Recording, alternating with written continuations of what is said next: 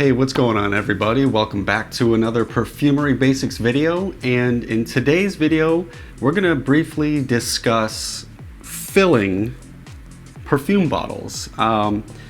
There's many different bottle types, there's different parfum concentrations you can use, so we're just going to briefly touch base on all the different things, the different methods, some do's and don'ts, some tips, some tricks, and things like that. So I'll walk you through step by step on filling a single bottle of a finished perfume. Okay, so the first thing you need to consider is what is going to be your finished perfume concentration. You can do an eau de toilette, which is generally around the 10% concentration range. Now it can range, I've seen them go as low as like 8%, high 12 to 13%. When I make an eau de toilette, I usually just stick flat 10% range for perfume concentration. You can step it up a notch and do eau de parfum, which again is a range anywhere from like 15% up to 20%. I generally stick around 15% for an eau de parfum. 15% concentration for me is a borderline in between like a good strong EDT to a weaker side EDP. And the reason why I like to use 15% for pretty much almost all of my perfumes is because when you do an EDT concentration, while yes it is higher in alcohol content, lower in perfume oils or perfume materials, what you'll find is EDTs tend to project a little bit more because there is more ethanol alcohol in there evaporating. So EDTs tend to project a little bit more, but the downside is they don't last as long in the skin. EDP, however, little bit less projection because there's not as much alcohol content evaporating and taking the molecules out off your skin, but you do get a longer lasting what's called a skin scent. So it's not as projecting as much, it's more of it's closer to the skin, but it is longer lasting because the higher concentration of oils. So I find that 15% is a good in between kind of middle ground where you do get a longer lasting scent, but it still projects a little bit more like an EDT. And 15% is still in that range where you can classify your perfume as a eau de parfum or an EDP. So I find 15% works the best, but depending on the style of your finished perfume may dictate what would be best. Like generally, lighter, crisper, summery scents that are meant to be light, invigorating, refreshing tend to do better as an EDT, whereas a thicker, more robust scent that you would probably wear towards fall or winter benefits more by doing an EDP concentration. So with that being said, let's talk through some different things step by step. So let's say you've got your perfume bottles here, you've got your scale. Now, what are some of the different perfume bottles options out there that you can choose from? Now, I have two different kinds. There's actually three different kinds, but I carry two. One is going to be your traditional, what's called a crimped sprayer method, and you've got your standard glass bottle. You've got your sprayer mechanism, which has this little metallic foil thing down here. Let's see if you can kind of see that there. And of course you've got your what's called the sleeve and your cap. So the way that these work is you would trim this down, trim the stem until it fits right where it hits the bottom of the glass. You don't want to leave too much where it bends the stem. So if you can see here, if you push this down, you can see the stem just kind of bends into this U-shaped, which isn't necessarily a bad thing. I like to trim it down so it just doesn't bend as much. It looks a little bit more cleaner and professional. So the way that these work is you would obviously fill up your perfume content in here, push this down like so, and you would need a crimping mechanism to crimp this foil to the glass bottle. And this is a permanent crimping method, meaning once you crimp it down, it is fixed or fixated to the bottle permanently. If you've ever tried to unfixate a crimped bottle perfume, you're going to cry yourself to sleep because it's such a nightmare. So it's pretty much a permanent fixture. So we'll talk about how to crimp that in a little bit. So some other options would be twist-on sprayers, and these require no crimping whatsoever. It's, again, you would trim your stem, simply place it on here, and you just screw it on, just like so. Make sure it's nice and tight, and you've got your cap here. Here is another version of a twist sprayer. Again, crimp your stem, place it like so, twist it on, make sure it's nice and snug, place your cap on, you're done.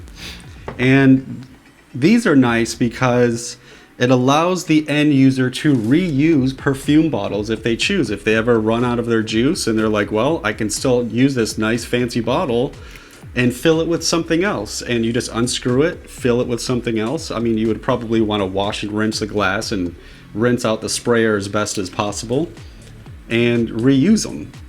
So these are very effective for being worry and hassle-free as far as filling perfume bottles. Okay, so the next thing you want to consider is if you do not need to filter your perfume.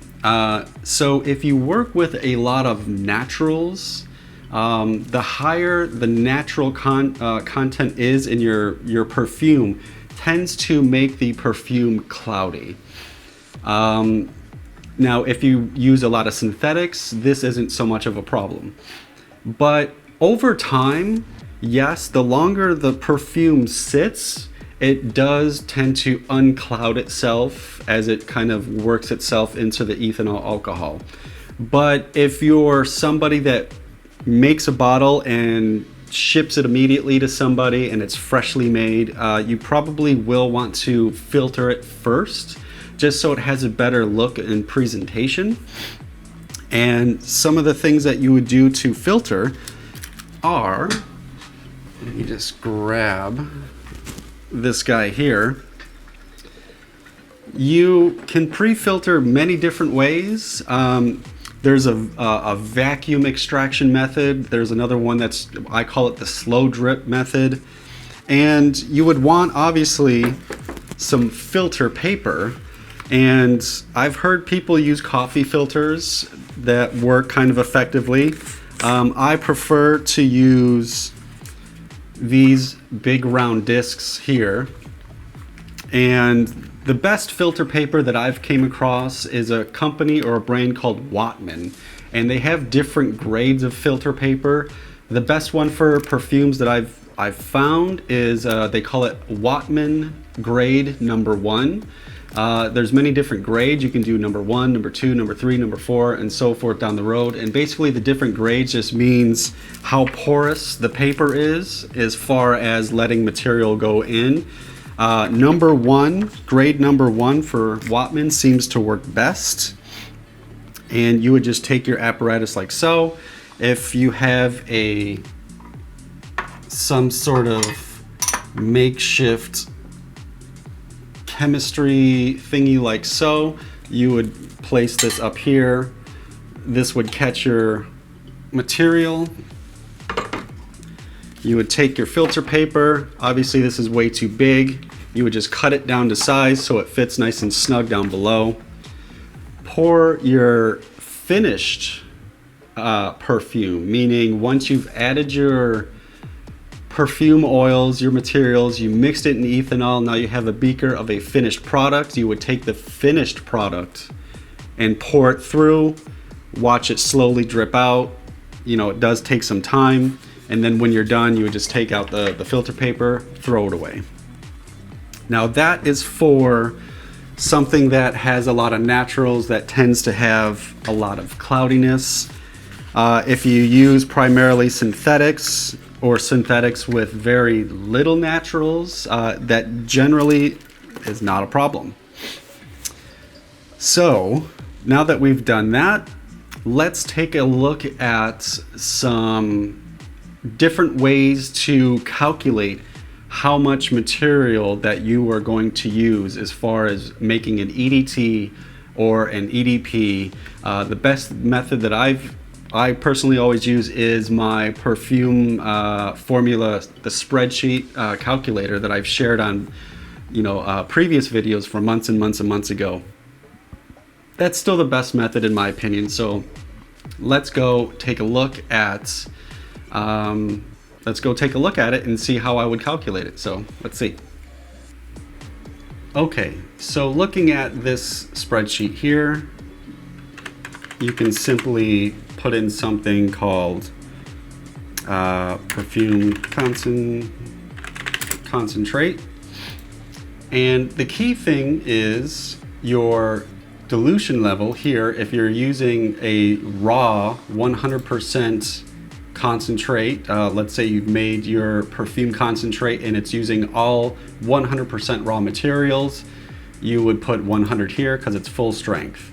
Let's say your raw concentrate, you did have some dilution materials in there, and we'll just say it's at 90%, you would put 90% here. So let's just say you used 100% raw materials. This right here is your grams added, and then you would go all the way down to the bottom here to your perfumer's alcohol, and this section here tells you your final perfume concentration. So in the case of this one, we're at 10%, which is an EDT. Up here at the top, you'll see is another section here that tells you your finished perfume concentration, 10% EDT. So you would start by saying to yourself, well, how much do I want to fill? Like, I want to make a 50 ml bottle. So on average, grams does kind of give you an idea of how much volume in milliliters. So starting point, I would say if you want to make a 50 ml bottle, just assume you want 50 grams of finished perfume. I'll explain later in the video that this is never the case, that they are never 100% exact. So we'll talk about that in a little bit later. But let's, for the sake of just making something, we're going to say you want 50 grams of total perfume, but you don't enter anything here. This is a pre-calculated section. What you would do is say, okay, I want 50 grams. So obviously I need enough alcohol and enough concentrate to make 50 grams. So in order to make an EDT, we already know that it's a 10% concentration. So I would do, let's say if we did 40, well, these numbers here you would play with. You would say 45 grams of alcohol and 5 grams of concentrate will give me a 10% solution, or 10% EDT. But let's say you wanted a 50 ml bottle of an EDP. So obviously 5 grams of concentrate and 45 grams of alcohol will give you 50 grams total at a 10% concentration. But let's say you wanted a 15% concentration. Well, obviously now you have to up the concentrate. So let's see what happens if I add 7 grams. Now you'll notice this number jumped up to 13.46, but you want 15. So let's see what 8 does. Now we're at 15.09. So we're just a hair over. And these are the numbers that you have to play with. You have to play with your grams in concentrate and your grams of perfumer's alcohol. And you still want to stick around 50 grams total, but this one went over. So now you're like, well, let's see if I lower this to 40. Now we're below, but we jumped up and we're below 50 grams here, but our perfume concentration jumped up. So again, you would mess with this number. So now we're less. So you can see the dilemma here. It's a guessing game. You just gotta kind of toy with this a little bit with these two numbers So now you can see I just added 7 grams of concentrate, 43 grams of alcohol. I'm at 14% in exactly 50 grams, so we're getting close. So if you did 44,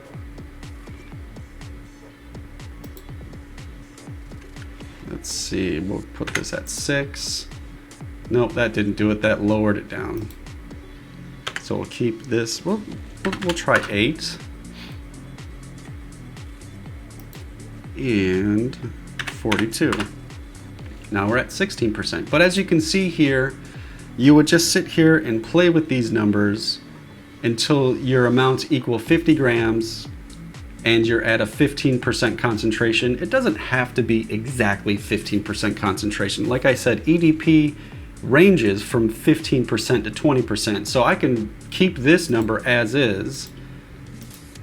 So we're at 8, grams of perfume concentrate. 42 grams of ethanol gives me 50 grams total at a 16% concentrate, and I'm still in the EDP range, so this to me is acceptable. But if you wanted exactly 15%, like I said, you just sit here and play with these two amounts until this reaches 15% and you're at 50 grams total, but you could always make more than 50 grams. Again, this is the dilemma. If you're making a 100 ml bottle, you still have to play with these two numbers, where your grams of concentrate and your perfumer's alcohol. So let's go back to the desk and talk about filling the bottle up and crimping and things like that. And we're back. So we took a look at the spreadsheet calculator, showed you the 2 areas to tweak as far as how much concentrate you make versus how much grams you want to make.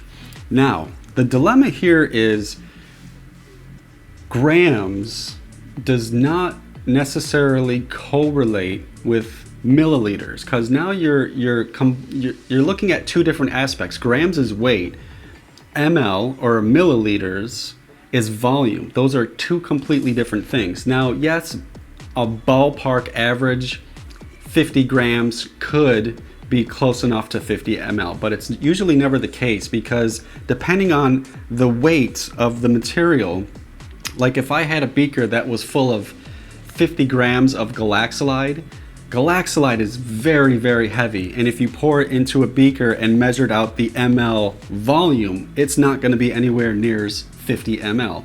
If you took just straight up water or straight up just perfumer's alcohol, measured 50 grams, because it's so much lighter in weight, you pour it in another beaker to measure its volume, it may equal 50 ml. So to give you an example, I'll take this beaker here. So let's say you want to do an EDT. Obviously you would empty beaker here. Let me tear this out. Now this is just filled with water. So just for the sake of demonstration purposes. So obviously you would put in your raw material, your perfume, aroma chemicals, whatever your raw concentrate is, you would start putting it in here and you would measure out, 5 grams. And then you would take your ethyl alcohol, your perfumer's alcohol, you would then add in 45 grams, because that'll equal total 50 grams and give you your 10%. So for the sake of showing you sometimes that weight does not equal volume, I'm going to add in here 50 grams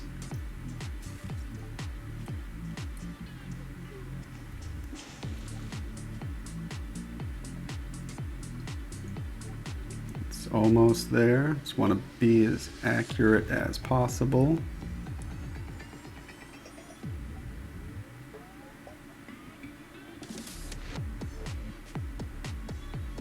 There, I've got exactly 50.09 grams.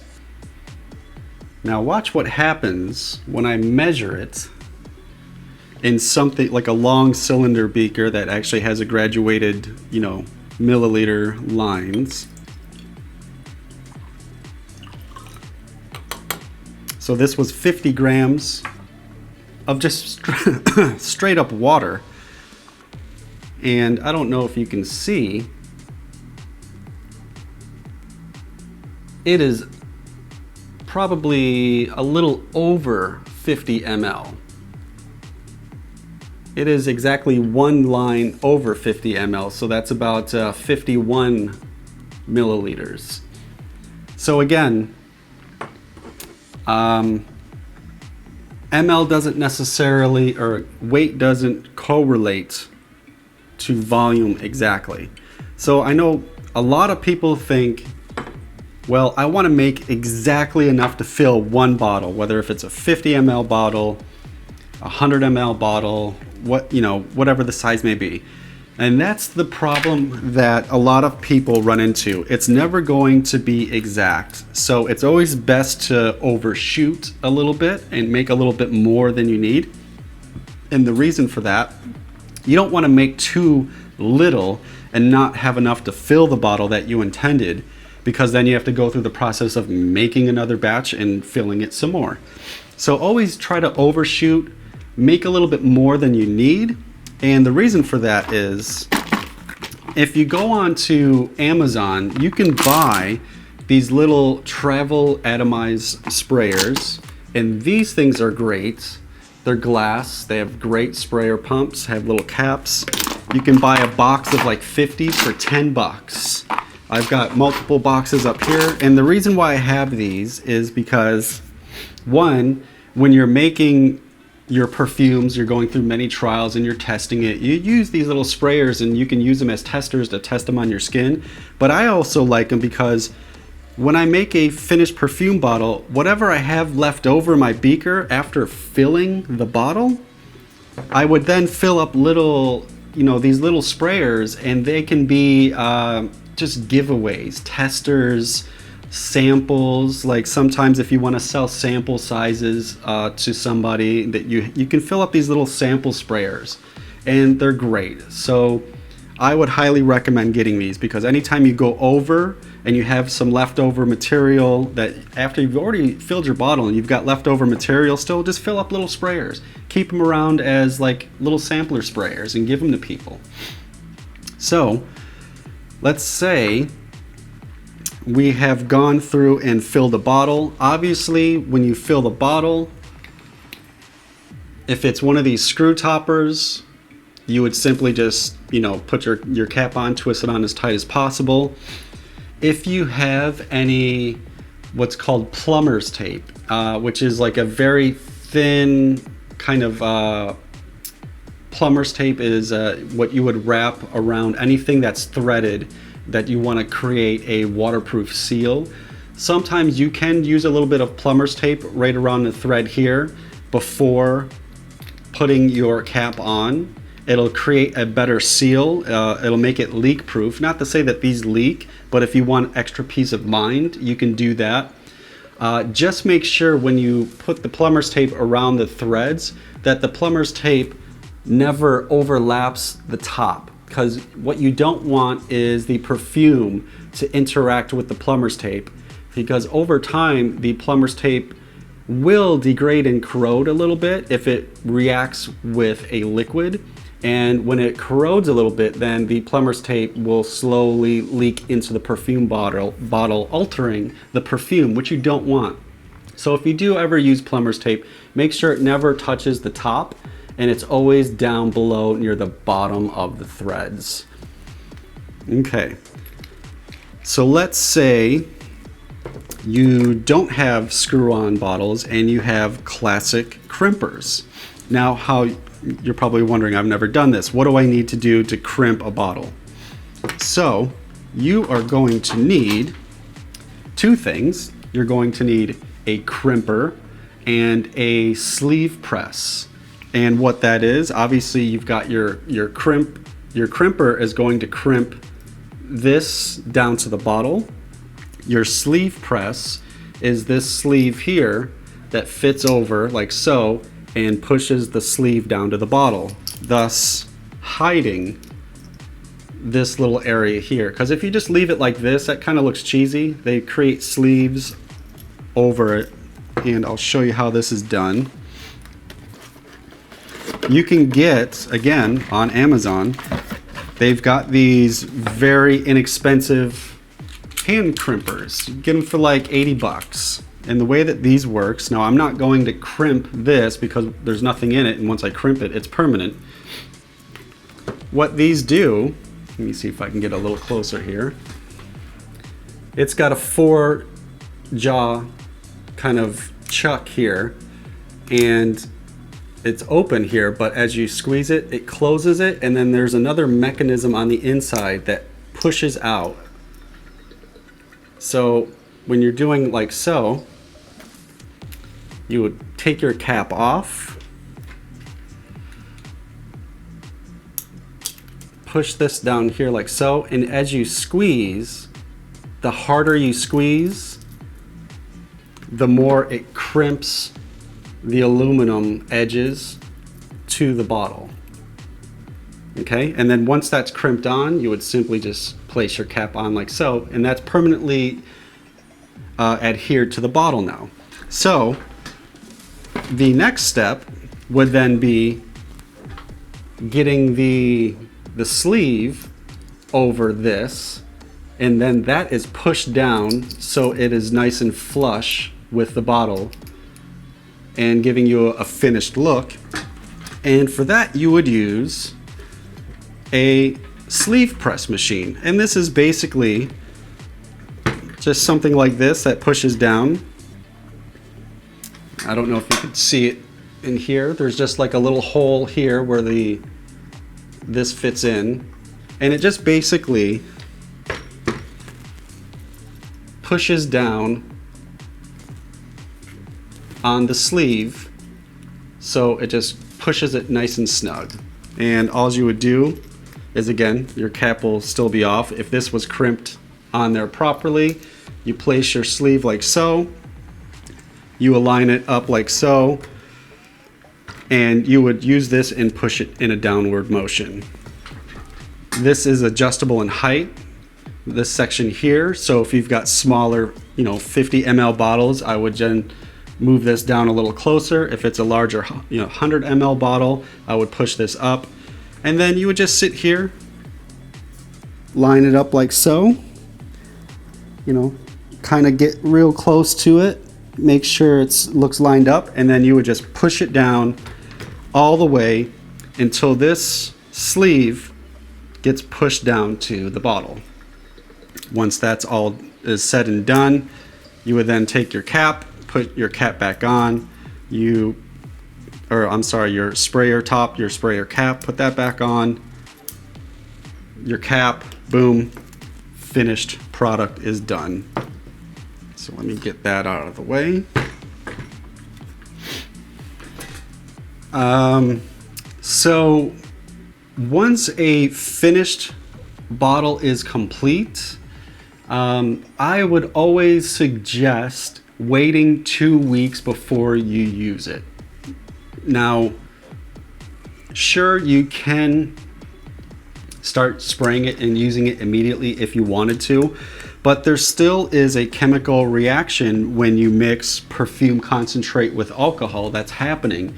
And you'll notice over a 2-week period, if you just spray it initially, like right after freshly making it, everything will smell a little disjarring. Like everything just is kind of like all over the place. Notes will be popping out everywhere. It doesn't smell smooth. Like you'll be, 1 minute you're like, oh my God, I smell a lot of base notes and musk. And then the next minute it's like, oh, okay, now I'm smelling way too much of this. And then your nose is going to be picking up all these different things at random times because you just literally finished mixing, perfume alcohol with perfume concentrate. Give it 2 weeks for the alcohol and the perfume concentrate to macerate. And the maceration process, obviously, the longer it sits, the more smoother and more balanced it becomes. But I've noticed after 2 weeks is generally a good waiting period. So if you're making and selling bottles, you can certainly make it, And once you box it up and ship it, depending on where it's being shipped to, shipping time could take 4 to 5, maybe even up to 7 days. So that's a week right there. So when it ends up into the end user's hands, it's already macerated for a week. That's assuming you're shipping it. Usually I always tell everybody to wait, once they receive a bottle, wait 2 weeks before using it if it's a freshly made bottle. You can, however, pre-make finished perfumes and store them in large aluminum canisters. And these things work great because they're airtight, so nothing evaporates or leaks out. So if you're ever making more than one bottle and you want to make many bottles but store it so it sits there and macerates over time already, you can use these aluminum bottles and fill these up. So anytime you want to make a bottle, you would just simply pour it in, and measure it out to 50 ml, and then you're good to go. Now, probably the one thing you'll want to make sure is, if you're measuring or if you're selling your perfume based on volume, which is milliliters, that's probably the most common method that you see. You go to any department store, you're buying designer name brand perfumes, everything's always in milliliters, whether if it's 30 ml, 50 ml, 100 ml. That's probably your best bet. You're definitely going to want a taller graduated cylinder that measures in ml. You can certainly use these wide, what I call wide mouth. They're not as accurate as far as measuring precisely, which is why I like these. You can get them taller, wider, but you want something with a graduated cylinder to measure ml, because what you'll notice is if you fill this up to 50 ml, and then these are two 50 ml bottles, they look nothing alike as far as size. You'll notice if you fill up one of these, 50 ml in this may only fill this up to like right about there. But it's still accurate because you filled up 50 ml here. So not all perfume bottles are the same. If I were to take 50 ml and fill this up, it might fill it all the way up to the very top, and you're like, oh my God, is it gonna overspill? Is this too much? But always measure with a graduated cylinder. That way you're filling these bottles accurately and your customer doesn't feel like they're being cheated if you're underpouring or whatever. Nobody likes to receive a perfume bottle, only see it, 8/10 of the way filled. So that's it. That is filling and creating finished perfume bottles. So I hope this was useful for you guys. I probably missed a whole bunch of things that I wanted to talk about, but I wanted to keep this relatively short video. So that's it, folks. With that being said, until next time.